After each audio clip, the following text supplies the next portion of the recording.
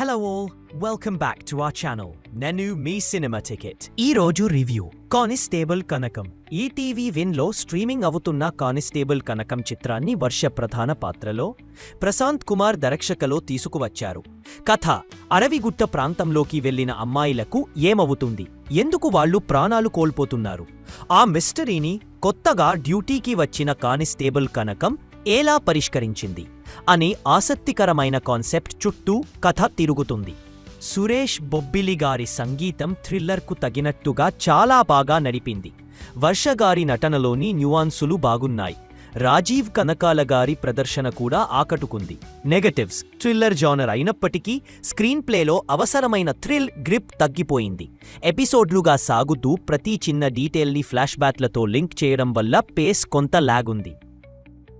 Emotional scenes, black magic సన్నివేశాలు కూడా పెద్దగా ఇంపాక్ట్ కలిగించలేకపోయాయి. విఎఫ్ఎక్స్, ప్రొడక్షన్ వాల్యూస్ చాలా బలహీనంగా కనిపించాయి. మొత్తానికి constable Kanakam just an average one. పెద్ద అంచనాలు లేకుండా చూస్తే ఓటీటీలో ఒకసారి చూడవచ్చు. ఇంకా ఇలాంటి ఇంట్రెస్టింగ్ మూవీ రివ్యూల కోసం మా ఛానల్ను సబ్స్క్రైబ్ చేయండి. Until next time, keep watching great movies.